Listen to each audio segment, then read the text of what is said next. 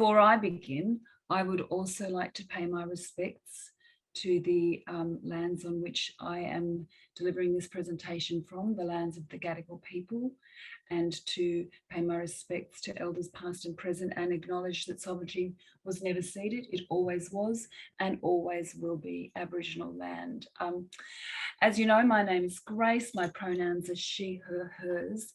And this presentation, Walk On, Walk Strong, Walking Together Towards Freedom, was developed with Crystal Brown.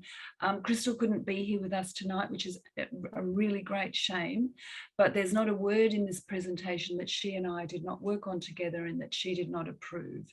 And I really want to begin by thanking her so much for her absolute kindness and generosity in the sharing of this, her story. And now, okay. The context for her story, we might just take a little bit of a step back and have a look at the Starts project. We've been operating, I think, for about 4 or 5 years now, very clearly focusing on working with people who have diverse gender sexualities and bodies. There's a whole lot of fundamental values that we hold, but there are 2 that are really important for the beginning of this presentation just to stay with. We have a really strong commitment to lived expertise and co-creation. And we also are very focused on people having the right to determine their own whether they want to come out or not, and how they might do that, and maintaining safety. So of course, anonymity and confidentiality are crucial to this. So Crystal Brown is not Crystal's name that she lives by in the world, but it is the name that she chose for this presentation. And also our work is very much informed by collective narrative practice framework. We do a bunch of different kinds of activities. They crossover, as Jorge has said, from training to peer-led group work, and it's been a very strong focus for us that the groups are peer, absolutely not just peer-driven, but peer-led. We do some resource development, which we think is very significant, and of course facilitate access to Starts counselling services. And I'm going to say it again because I want you to remember it, that this is not my presentation. This is a presentation that was co-created between Crystal and me. And where we wanted to start with what she lives with knowing every day.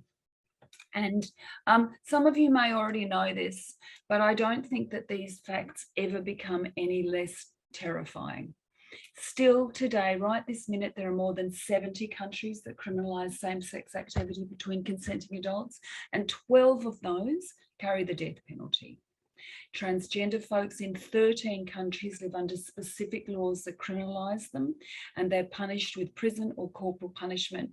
And of course, where there are anti-same-sex or multi-sex laws that would criminalise same-sex activity, these are also used to target and criminalise trans folks. As Elvis has said, I'm not going to go through these figures again because you have a strong sense of them, but I really think it's worth just sitting in the space for a moment of going, 41% of LGBTQIA+ Australians considered suicide in the last year. The kinds of challenges that people face in this country in relation to discrimination, invisibilisation, and the way that people are used in as political footballs have enormous consequences for people's sense of well-being. And I just really think just holding on to that while we travel through with Crystal through her story is really important, because what we see is that for Crystal, that not only does she have to deal with those very specific stigmas and discriminations, but she's also in a place where she's living with racism and all the impacts that has on her life. So she's living through multiple intersecting oppressions. And what we do know is that people that come from culturally and linguistically diverse backgrounds are 31.7% more likely to report high levels of psychological distress than those from Anglo-Celtic backgrounds, which is a really absolutely horrifying statistic. So what would Crystal like you to know about her? She is a proud trans woman of colour. Her pronouns are she, her, hers. She's from the Pacific. She's queer identifying. She says, I don't like to be labelled. She has a diploma in tourism management, a Cert 4 in business administration, a Cert 4 in disability, and is currently studying a diploma in community service. She fled her country of origin in 2017. She arrived in Australia in late 2017 and she began engagement with Starts in early 2018. She's been with this project from the very, very beginning. I'll never forget when Crystal walked into our very first reference group. So this project was built in a very solid community development way. We did months of consultations across both the queer and the settlement sectors. And we always have had a very strong representation of people with lived expertise. And Crystal walked in that door and she started talking, and part of me went, everything is going to be all right. And she's also on the steering committee for this project. So the steering committee is made up of 8 people with lived expertise who make decisions about what we do and how we do it. Also, just by the by, my job is shared with a person with lived expertise, and he unfortunately couldn't be here tonight either, but I'm going to give him a shout out, Francis. Back to Crystal. Her visa details and engagement with Starts. She came here on a visitor's visa. She got onto a bridging visa A, and in 2021, she got a permanent protection visa. She's involved currently, as I've said, in the steering committee, but she also works in community development and training projects, including peer facilitating one of the peer psychosocial groups, networking and training in inclusive practice and interpreter training. She's also received from Starts one-on-one psychosocial support and counselling. Her life, when we look at the complex interaction of challenges for Crystal, we can see any number of things. This model is a way of trying that Arosh and Kohela developed as a way of making sense of so many things that come together for people who are seeking asylum or refuge here. And for Crystal, what we know and what you'll hear a little bit more of is that she's had an incredible amount of trauma in her life, including violence and abuse and exclusion and banishment from family. She also came here seeking protection, and so has faced all those resettlement challenges: language, employment, housing, how to make sense of navigating systems. For Crystal also, she's had to navigate all sorts of medical systems, especially in relating to gender affirming procedures. On top of which, like trans folk in this country, she has to face the daily normal challenges of discrimination, stigma, and the difficulties of being placed in a situation where you are consistently othered, where you are consistently treated as an outsider. She has incredibly strong protective factors. She's built very strong connections and very, very strong networks, and will always say there is no hero's journey. No one can walk alone. We have to walk together. And the phrase walk on, walk strong, it comes from Crystal. And it's actually what we call our group. And it's always about standing up, holding ourselves and walking together. So she has strong protective factors that are internal and external, as she also faces what's going on in her home country and in other countries. And we'll talk a little bit about that more in a minute. But really, you know, some horrifying things occur in Crystal's home country. Her history, her family history, both her parents are dead. She has 12 siblings, 6 brothers, 6 sisters. She has an extended family here in Australia of about 30. Some of those people are strong and close and supportive, and many of them are in a place where they're less accepting and more conditional in their love and support for her. Her father did not accept her at all. She says, He doesn't accept me as who I am, even up until he passed away. He treated me as a man.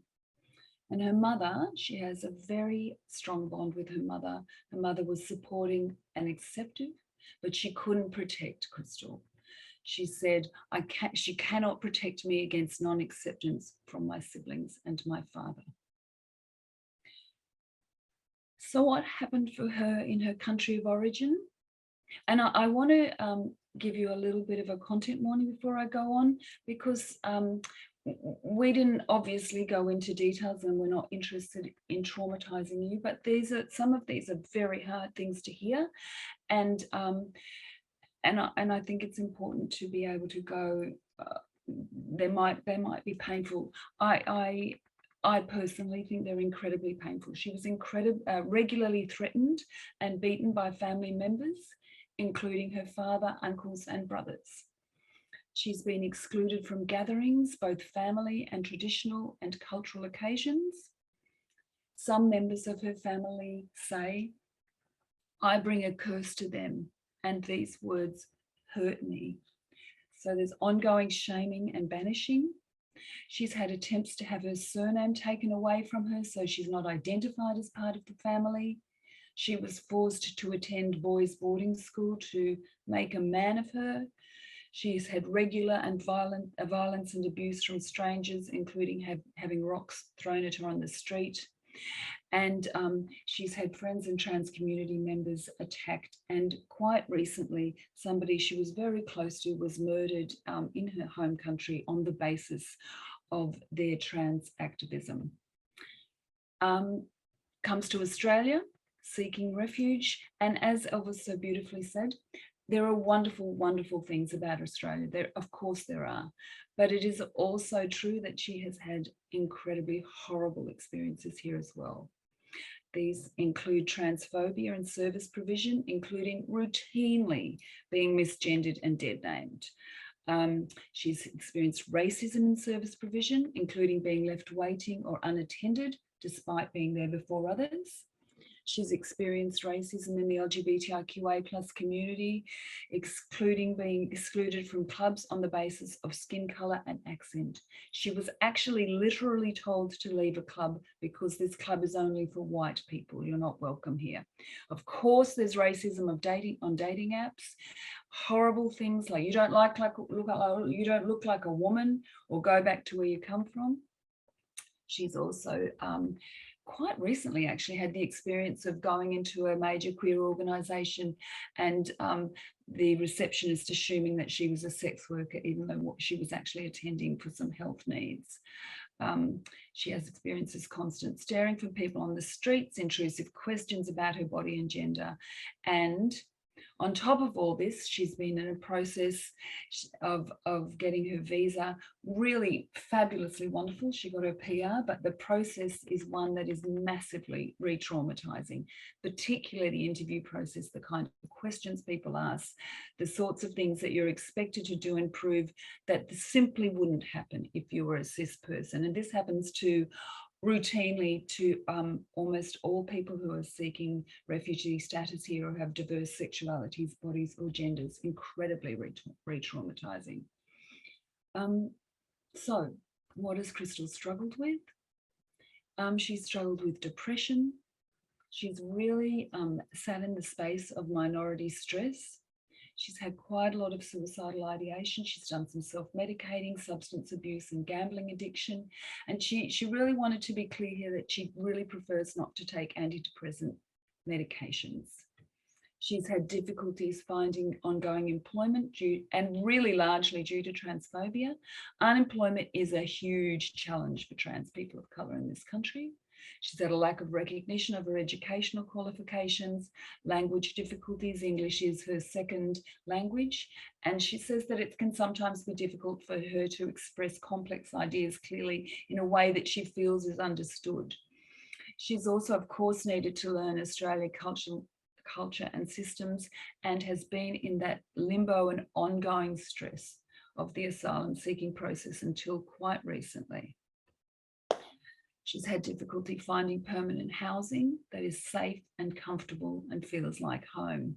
She's experienced eviction, the death of a housemate, and rejection by family members if she has visible romantic engagement. So it's okay if she's living in a place as long as she's not living in a way that people can see anything to do with her sexuality or her gender identity or expression. She's also had a conditional acceptance by family and community in Australia based on not coming out and not being openly trans or queer. Some of this has led to social withdrawal, and of course, COVID-19 has increased social, financial, and employment difficulties, lack of access to services, being more alone and excluded. Crystal says it brings more loneliness. It's such a terrible phrase, isn't it? Presenting issues as if Crystal isn't a person, and of course she is one. But we talked about this together a lot, about how we wanted to do this, and in the end, she said that she felt very comfortable for me to share it in this way. And so the things that she has brought to us and that we have worked together on are biological, psychological, and social. And so some of the biological things that she's lived with are sleep disturbances, low energy, headaches, stomach aches, access to hormone replacement therapy, access to PrEP, which is a medication around for the prevention of HIV. She has hepatitis B, and of course, access to gender reaffirming procedures. Now, just to be clear, there's no assumption about what that means or how that might manifest. Trans and gender diverse people have an incredibly large range of ways that they may want to engage with the health system, or not at all. But for Crystal, getting access to gender reaffirming procedures remains an incredibly important thing, and can be a huge barrier for all sorts of reasons. Psychologically, she's had low mood, anger and irritability, hopelessness, and self-medication. And socially, she's wanted very strongly to combat social isolation and withdrawal. So what have we done? We've been working together. We've been together, stayed close to each other and to the group.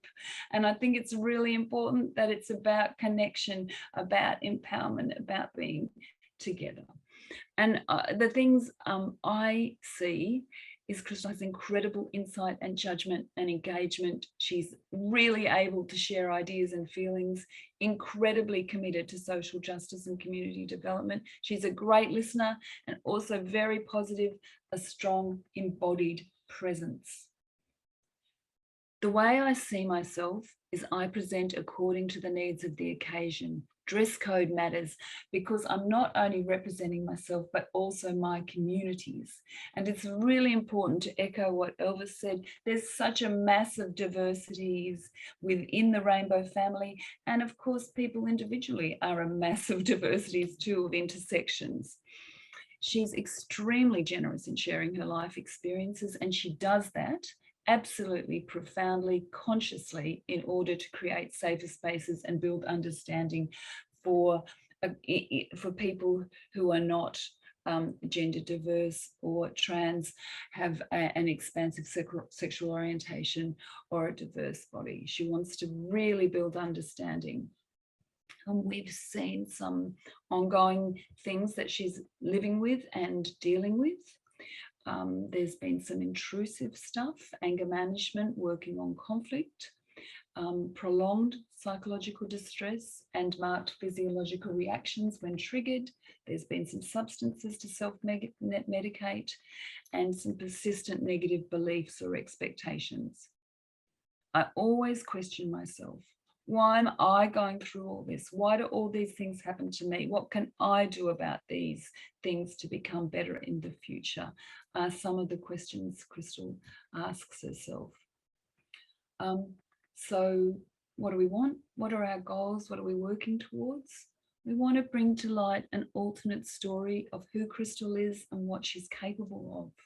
We want to empower Crystal to navigate systems and share her expertise, build safety and awareness of how to regulate moods and the impact of her moods on others, really solidly build up some conflict resolution skills and practical support for employment and housing. And what she says is we must polish the shell to become a pearl. So frameworks, what are the frameworks we're working within? Collective narrative approach. We're focusing on individual empowerment and connections, strengthening protective factors within herself and within her community, resistances to hardship, resistances to challenges. We aim to reduce re-traumatization, recognizing the role trauma plays in impacting daily life for people with LGBTQIA+ and refugee backgrounds. In the integration of trauma-informed practices, there's an opportunity to mitigate intrusive and negative impacts of people's experiences. And so what do our practices include? They're not limited to these, but here's a couple. Fostering safe environments for Crystal to retell her life story. Excuse me, I have to cough. Sorry, I'm just getting over COVID. I'm a bit coughy and sniffy. We want to foster a safe environment for Crystal to retell her life story and develop trustworthy and collaborative relationships. And of course, the prioritization of co-creation, collaboration, and trust in the provision of the project's outputs. So it's not only ever focused just individually, but also on our work as a project and collectively. I think it's really, really important to acknowledge that Crystal's feelings are a completely realistic response to the conditions of her life. Completely realistic. Why wouldn't you have complex, negative, difficult feelings if you'd had that experience? Of course, there'll be times when, with all the best intentions in the world, that a person may not be able to avoid reacting. We're very, interested in sitting in a place of non-judgment and consistency and transparency in the way that the service is provided, provision of training and skill building, capacity building, really, really absolutely focusing on skills that Crystal can go and use in the world, and some really sort of straightforward grounding strategies, some breathing, progressive muscle relaxation, body activation, 5 senses, as Elva said, mindfulness, meditation, being in the moment. We take a lot of care not to re-traumatize. I think one of the things that's significant here is in the work that we do is that we never, ever ask anybody to tell their story. And if they want to, they share it. And in this case, Crystal was very keen. But when we do training or in group work or any of the things we do, there's never any suggestion that people should have to talk about themselves. It can be very stressful to have to keep telling your story, telling your story. So it's very careful not to do that. And of course, we take a strengths-based approach, a recognition of resistance, of the skills of resistance and resilience. We really building a preferred story, an alternate story of Crystal's experiences here in Australia and at home through training, group facilitation, and the creation of meaning and leadership. Crystal has the absolute right over her own story. And I do want to emphasize here that there's not a word in this presentation that Crystal didn't have sign off over. We only talk about what she wants to talk about, including here. We are focused on resisting the problem and shared values, the acknowledgement of Crystal's expertise in her own life. We also want to go that there is a context where these things are happening. There are social and political realities. There is transphobia and racism. There is misogyny and homophobia and biphobia. These things exist, and Crystal lives with them every single day. We also prioritize peer leadership and respect and acknowledgement of skills, the skills that Crystal brings, the skills that she had already, the skills she's developing. There's also some practical stuff that we do, case management, referral, and very specifically, there was support with immigration processes and support with negotiating the health system through the process of gender affirmation. So in all of this, what's been important to Crystal? What I've learned here in Australia, I would like to give back to community. Most importantly, I know I can't stand alone and do it without the support of other people with lived expertise. Even when I've felt left out or angry, I have been able to build friendships and to work together to create a group that watches my back. My values include compassion, kindness, strengthening community, sharing energy and resources. And so what kind of outcomes have we had? Where are we now? Crystal says, I used to be a person who got angry and I had to get it out quickly. Now I think about my impact on others and can manage this. She has reduced levels of alcohol consumption and less frequent gambling, an enhanced ability to stand up to her family and the stresses of community. And she's building relationships with church members and community leaders in her home country and here. We see this as better engagement and with her home community, but also there's a greater engagement with queer communities as well, and there's see improved social contact. She's currently completing a diploma in community service, and she's also doing training as an interpreter. She does peer facilitation, delivery of training and group work. And in her spare time, Crystal's running a handicraft business, which produces beautiful cultural objects. They're so beautiful, I can't tell you. And they've been traditionally produced by cis women. And what she says about this work, when this work becomes accepted, it shows that all women are recognised as equally valuable. And so in the future, what's the hope, Crystal's hopes for the future? To be recognised as a voice for LGBTIQA plus Pacific Islanders, to continue to work with LGBTIQA plus people with refugee and asylum seeking backgrounds, to manage her moods and feelings without getting overwhelmed, full-time employment, to advocate for those who have experienced trauma, to empower trans people of colour to be included and break the silence of being labelled and excluded, to overcome prejudice against trans folks and people with diverse sexualities, and of course gender diverse folks as well, and to love herself. And she wanted to leave you with this thought. The reef of today is the island of tomorrow. I have overcome tsunamis and volcanoes in my life, and I am still swimming towards the light. There are no individual heroes. We can't stand alone. Only together can we make a difference. Elvis, thank you for the list of resources. Very much appreciated. And you can, of course, always contact us.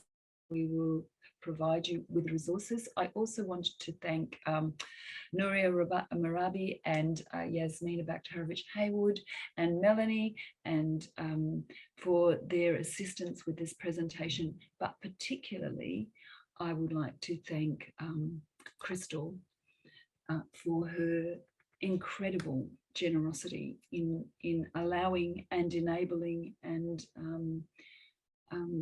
being beside me and helping me to grow so much. And I'm done.